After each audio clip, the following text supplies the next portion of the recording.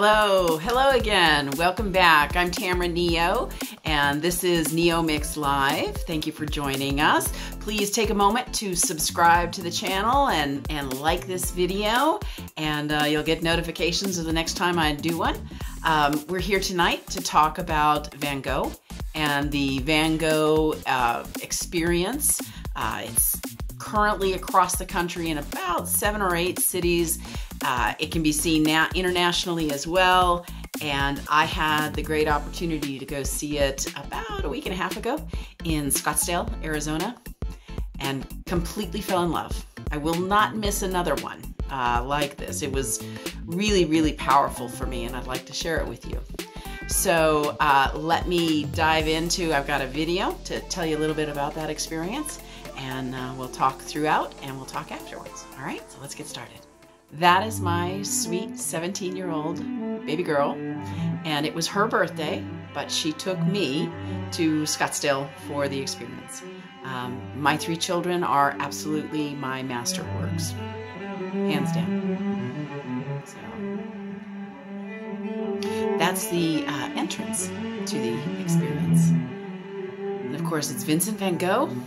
They go through, it's outside the experience, it's more of a traditional museum setting. They've got imagery, things to read, to learn about his art, you know, his persona generally, how he moved from one form to the next, and ultimately to his death.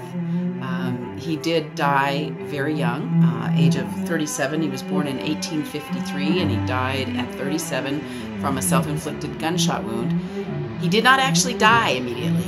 He died in a wheat field, where he shot himself in a wheat field and bled out over the next several days at his home. Letters. He was a prolific letter writer, 900 surviving, most of which were to his brother, Theo, and just all sorts of subject matters. So once you move from that into the auditorium, the experience begins. And this is a 2-dimensional view of what was a powerful 3-dimensional plus sound, sight, etc. So it was moving, to say the least. The walls are all projecting. The floor is a projection. There are mirrored columns, etc. So this is a first example of what we're going to see. This is a combination of several of his paintings put into this vivid, moving video that with the music, it grows, pulsates, you feel it.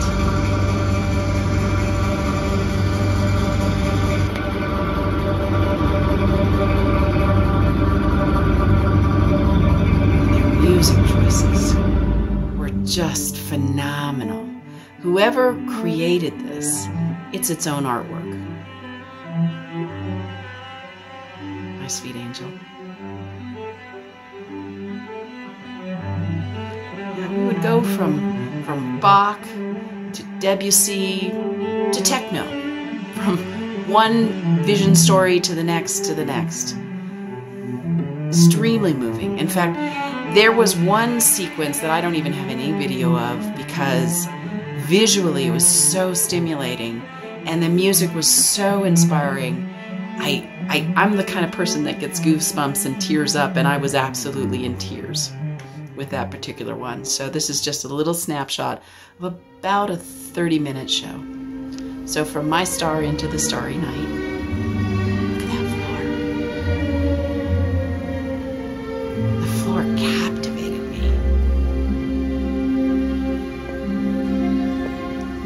Amazing.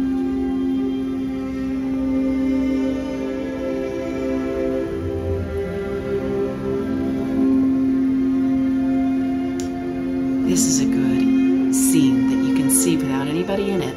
There are benches there that are masked by the projections and chairs and the music and the visuals, and then the floor starts moving underneath you. So powerful.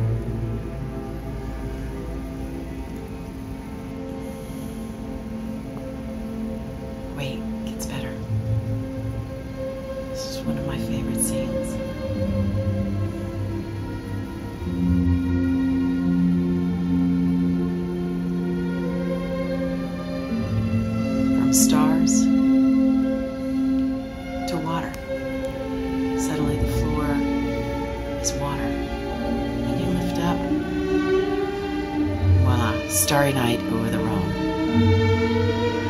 Shimmering on those walls. Really lovely.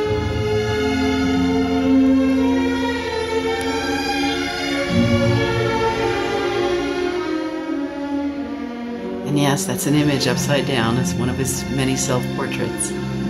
We'll get to that in a little bit.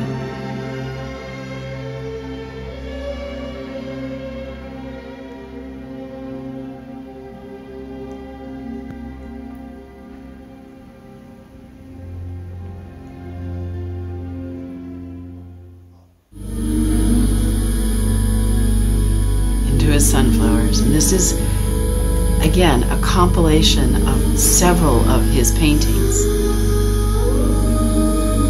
used together.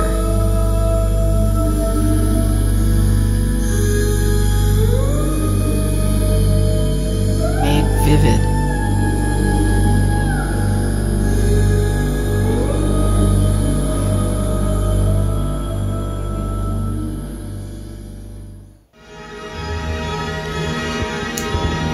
This is the hospital where he was hospitalized for mental health and health reasons. In the courtyard of the hospital. This is now getting towards the very end of his life. The last 2 years, his images became more and more vivid. This is one of my favorite periods. Haponazeri. I can't even say it. I can sometimes when I'm not thinking about it. But basically Japanese influenced. He was in Paris at this time, or he was in France at this time. That blossoming almond tree, probably my single most favorite work.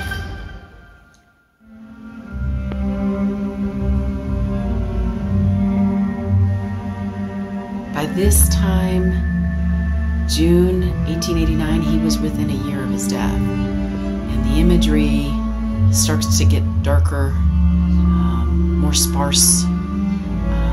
There's vast wheat field pictures with black crows that seem lonely.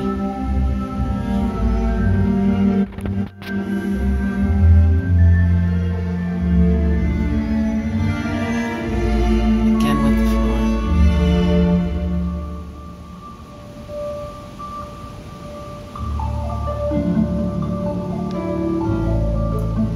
That piece does not have that sky.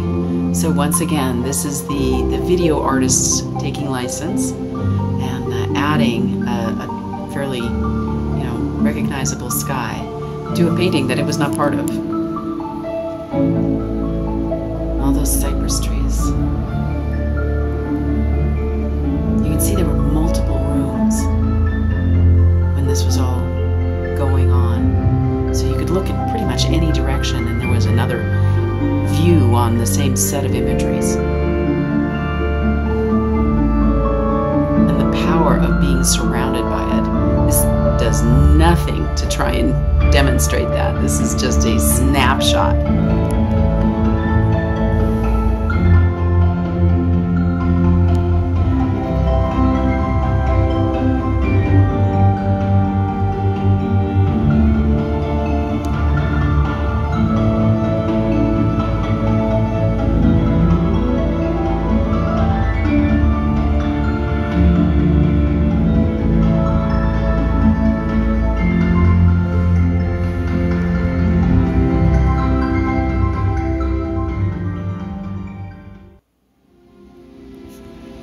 Take a look at that self-portrait. Take note of which ear you see bandaged, and I'll tell you more about that when we get to the end of this.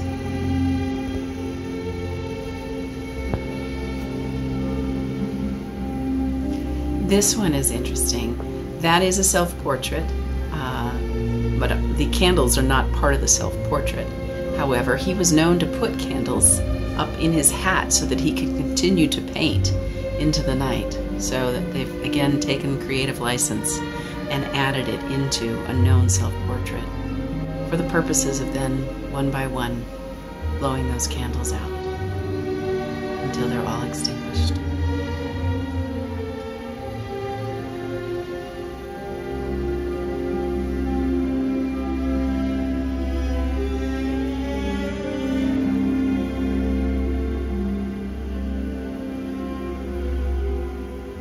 music was so beautifully chosen.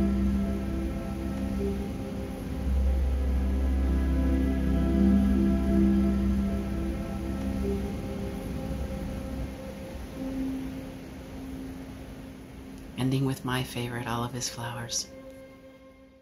So that was, like I said, a snippet without the powerful impact that you feel when you're actually present there. I loved this so much, I had my daughter take me back a second time. We went back around and sat through a second version of it. And it was just as moving and just as powerful. Let's talk about his ear. His ear's kind of an interesting story. So like, remember I said to take note of which ear you saw, and you saw it was his left ear. In fact, let me put that image up that you just saw. Okay, that's his left ear. It was his left ear that was cut, and after he cut it, he was in an argument with Gauguin, who was a contemporary artist, and Gauguin notified Theo and his bride were literally being married Christmas Eve, and upon getting the news, hopped on a plane, and his bride Joanna is who we have to thank for having the full body of works so well preserved. So at any rate, but okay, so the left ear. Let me put up what the actual painting is, though, because it's different. There, that's the actual painting. See the difference? It's on his right ear. So the story is that he had to do it in a reverse image because he was either doing it from a mirror or some kind of reflective surface. So what he saw was it on his right ear. But it truly was his left ear that was cut.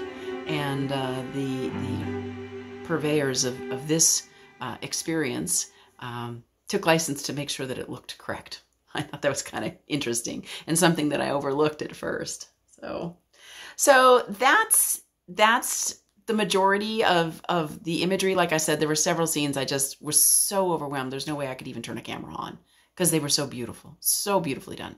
If I have an opportunity to do this one again, I will. I think there are other immersive experiences, and I'm sure they're wonderful. This one's going to be hard to beat. His paintings so lend themselves to that kind of vividness and movement and the experience of it being all around you and kind of right on top of you at the same time. So I give this one big thumbs up. If you have the opportunity to go, I would highly recommend it. So that's it for tonight. Thank you so much for joining me. Please make sure that you've subscribed. Got to get those numbers up. Please like this video. That helps too. And, maybe share it. Share it with a friend. This was really a beautiful thing to go to. So, all right. Well, that's it for tonight. Thanks so much. Bye.